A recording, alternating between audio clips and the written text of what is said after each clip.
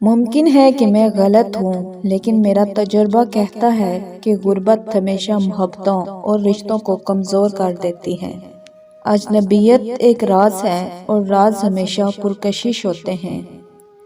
کبھی خاموشی کی چیخ و پکار سنی ہے؟ نہیں نا، تو پھر تم کیا جانو صبر کی حقیقت۔ ایسے جذبات کو آگ لگا دو جو تمہیں کسی دھوکے باز کے پیچھے رونے پر مجبور کرتے ہیں۔ طوائف کی ایک بات مجھے اندر سے کھا گئی، ہنستے ہوئے کہتی ہے کہ ننگا جسم ڈھانپنے کے لیے کوئی 1 روپیہ تک نہیں دیتا، اور کپڑے اتارنے کے لیے لوگ دولت لٹا دیتے ہیں۔ کچھ فاصلے ایسے بھی ہوتے ہیں جو طے تو نہیں ہوتے، مگر نزدیکیاں کمال کی رکھتے ہیں۔ یہ بھی رسم دنیا ہے، دل بھر جانا، بدل جانا اور بچھڑ جانا۔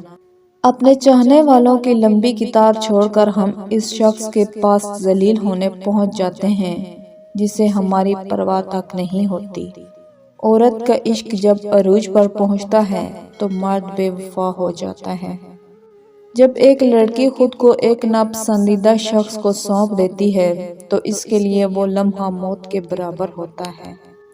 محبت میں خواری کی ایک بڑی وجہ یہ بھی ہے کہ انسان خود سے زیادہ محبوب سے مخلص ہو جاتا ہے۔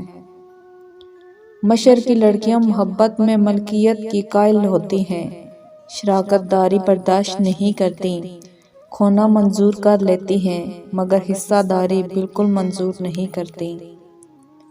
محبت 2 بے وقوفوں کے درمیان ایک معاہدے کا نام ہے، جس سے پہلے عقل آ جائے وہ بے وفا کہلاتا ہے۔ جس عورت میں دیکھو کہ وہ ہر وقت خاموش اور نظریں جھکائی ہوئی ہیں تو سمجھ جب وہ نکاح کے لیے کوئی مرد ڈھونڈ رہی ہے۔ اس عورت سے نکاح کر لو، ہمیشہ خوش رہو گے۔